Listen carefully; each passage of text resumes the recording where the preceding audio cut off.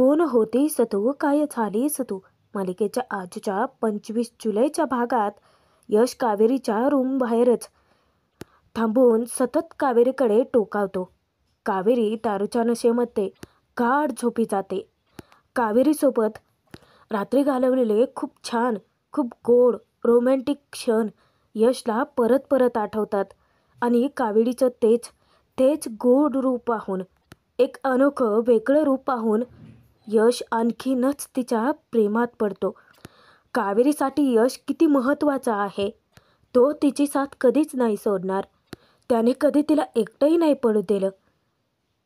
हे सगळं स्वतः कावेरीच्या तोंडून ऐकून यश तर भारावून जातो. त्यानंतर परत खिडकीतून तिला डोकावतो आणि विचार करतो की किती निरागस, किती निर्मळ, किती प्रेमळ, किती खऱ्या, किती गोड, किती लागवी आहे त्या. कावेरीचं कौतुक करण्यासाठी यशकडे शब्दसुद्धा कमी पडतात.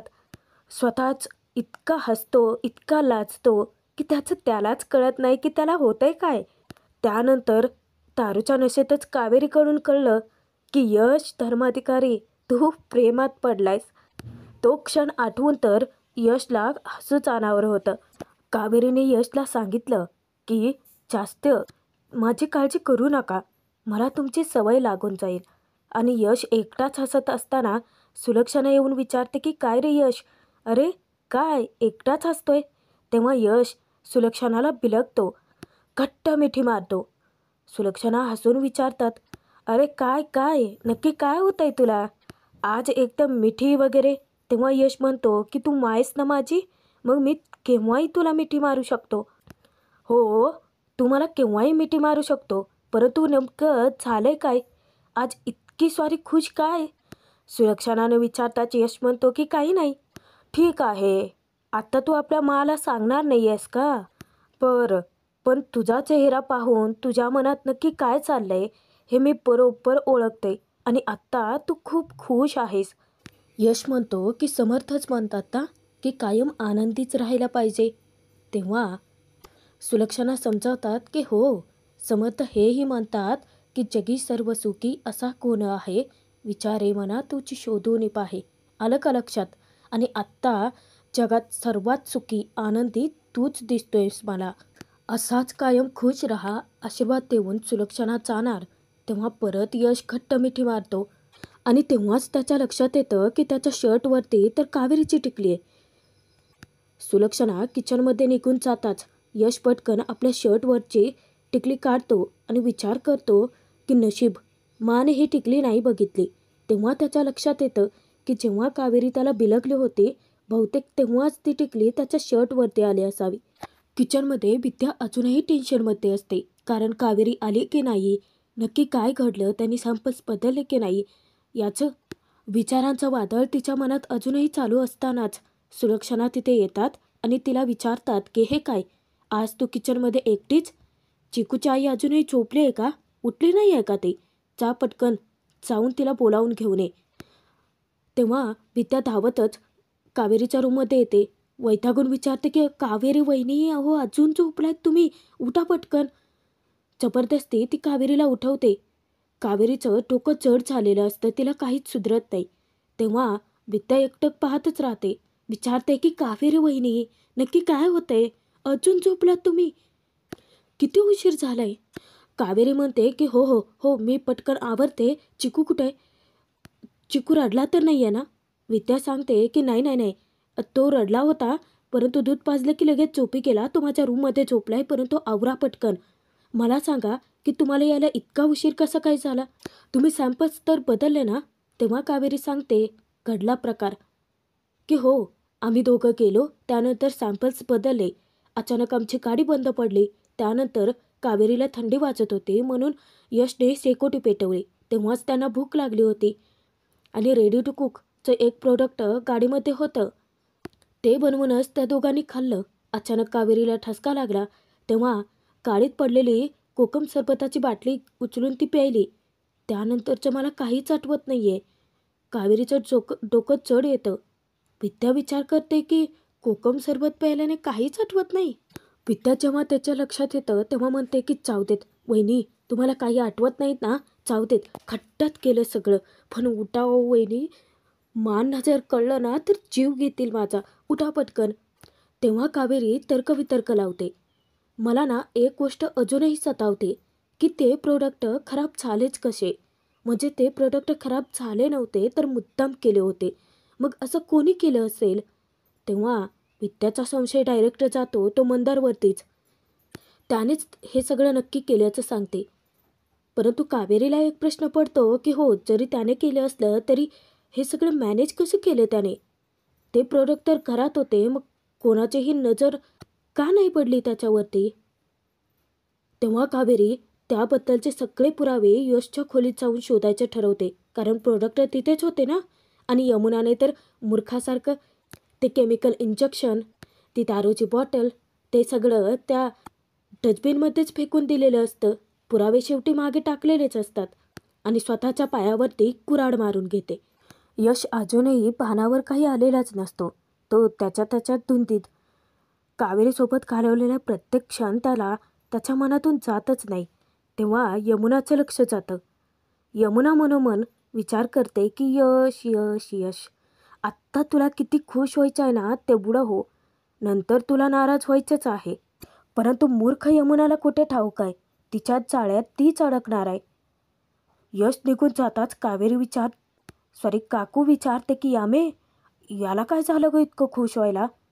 यमुना म्हणते की होऊ देत खुश काकू, शेवटी त्याला रडायचंच आहे. परंतु रडायची वेळ कोणावरती येणार आहे ते कावेरीने पुरावे सादर करताच यमुनाला कळेलच. काकू घाबरून विचारते की यामे, तू काल जे कारनामे करून ठेवलेत ना, त्यामुळे आपल्या बिझनेसवर तर परिणाम नाही ना होणार? यमुना म्हणते होऊ देत ना परिणाम. नाही म्हणजे परिणाम झाले तर कळेल ना की कोण हुशार आहे, कोण लूजर आहे. आणि तसंही धर्माधिकारी हा खूप मोठा ब्रँड आहे आणि मला असं वाटतं की आपली कंपनी फक्त यशच सांभाळू शकतो. मग तिलाही कळू देत. तिला वाटतं की यश खूप ग्रेट आहे. आता लवकरच कळेल की यश नक्की काय आहे, ग्रेट की लूजर. यमुना तू थांबच, कारण सत्य तर कावेरी सगळ्यांसमोर घेऊन येणारच आहे. विद्याच्या साथीने कावेरी यशच्या रूममध्ये जाते झडती घ्यायला, काही पुरावे मिळतात का बघायला. आता हीच यमुना जी काकूसमोर एवढी अक्कल पाजळते ना, तिने स्वतःच्या पायावर दगड मारूनच घेतलाय पुरावे तिथे मागे सोडून. आणि नेमके तेच पुरावे कावेरीला भेटतात. जेव्हा ती रूममध्ये येते तेव्हा विद्याला ती जागा सांगते की इथेच यशने प्रोडक्ट ठेवले होते. मग त्या दोघेही अख्खी रूम पिंजून काढतात, कपाट चेक करतात, सोफ्याची खालची बाजू चेक करतात. त्यानंतर अचानकच कावेरीचं लक्ष जातं ते डस्टबिनमध्ये आणि विद्याला ती हाक मारते. त्यामध्ये इंजेक्शन असतं. विद्या ते हाताने उचलणार. हुशार कावेरी तिला तसं करू देत नाही. एक टिश्यू पेपर घेते आणि टिश्यूच्या साह्याने ते इंजेक्शन उचलते. तेव्हा त्याच्या खाली एक केमिकलची बॉटलही तिला सापडते. तीसुद्धा ती उचलते.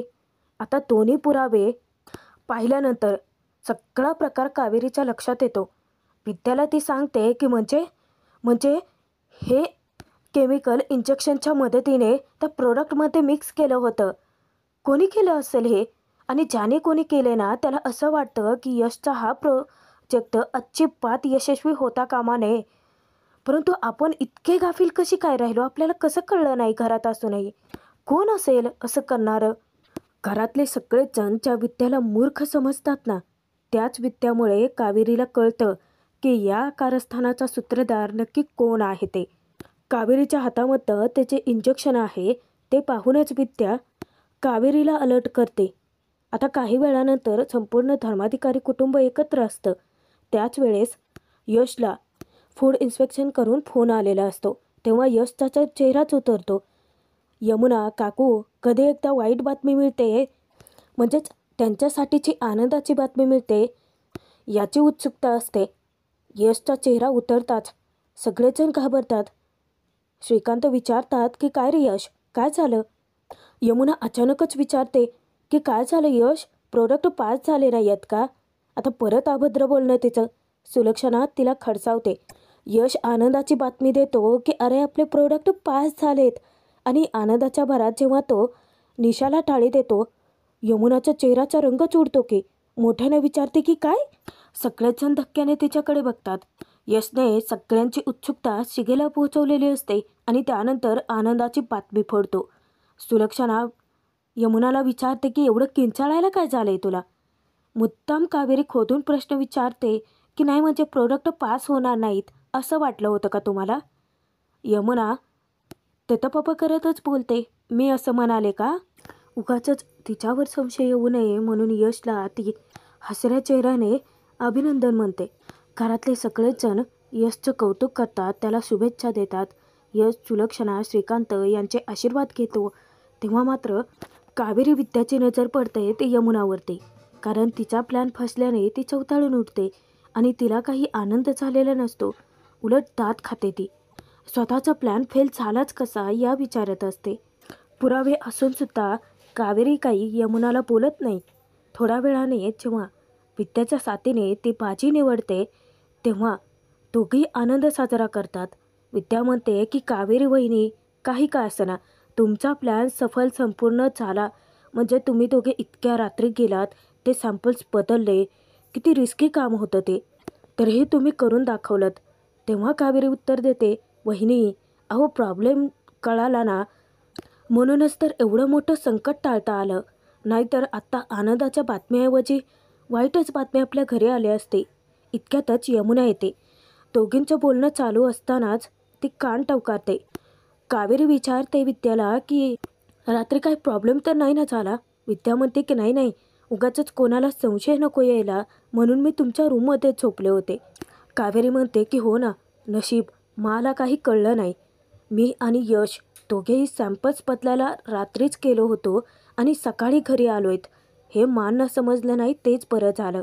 यशने सगळं निभावून नेलं. तेव्हा यमुनाच्या सगळी परिस्थिती लक्षात येते आणि मग ती विचार करते की अच्छा, म्हणजे या कावेरीने माझा प्लॅन फ्लॉप केलाय तर. जेव्हा यमुना विचारते की अच्छा म्हणजे तू रात्रभर बाहेर होतीस तर, आणि तेही यशसोबत, मला जर हे कळलं ना की तुम्ही दोघं न सांगता घराबाहेर पडला होतात तर काय करेल ते तुमचं. परत माझी खोटेपणा केलात. हे असे डोळे वाटवून काय बघतेस का माझ्याकडे. मावणार नाही आहे मी तुझ्या डोळ्यात. नसते उद्योग तुला करायला सांगितलेच कोणी. बघा कोण बोलतंय. सुलक्षणासमोर कावेरीला घेऊन जाऊन परत एकदा कावेरीला शिक्षा करायचं ठरवते यमुना, का तर तिचा प्लॅन फ्लॉप केला ना हिने. तेव्हा कावेरी तिला अडवते सुद्धा की थांबा यमुनाताई, अहो माझं ऐकून तरी घ्या. तेव्हा यमुना म्हणते की तुझं ऐकायचं आहे कशाला, आता जे काही ऐकेल ना ते माच ऐकेल, चल. तेव्हा कावेरीची नजर पडते त्या नेलपेंटवरती आणि ती विद्याला विचारते की नेलपेंटची ही शेड फक्त तुम्हीच वापरता घरात. तेव्हा विद्या उत्तर देते की हो हो. यमुना तिच्यावरती खेकसते, माझ्या नेलपेंटवरती तुझी नजर हवी आहेच कशाला गं, कारण इंजेक्शनवरती नेमकी तीच नेलपेंट लागलेली असते.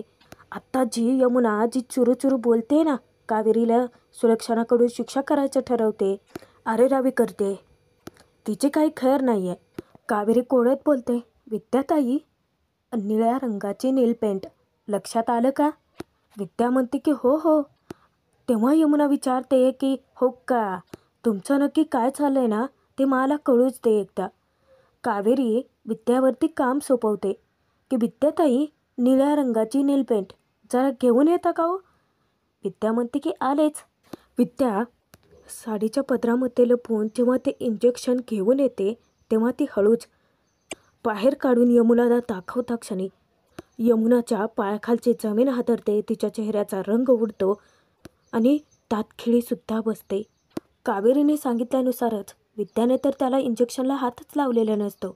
त्याच्यावरचे फिंगरप्रिंट पुसू नये ना म्हणून, आणि स्वतःचे फिंगरप्रिंट त्याच्यावरती लागू नये म्हणून ती हळूवार आपल्या साडीच्या पदराने ते हातात घेते आणि यमुनाला म्हणते की ही काय, निळ्या रंगाची नेलपेंट. तेव्हा मात्र आता सगळं प्रकरण आपल्यावर शेकतं की काय.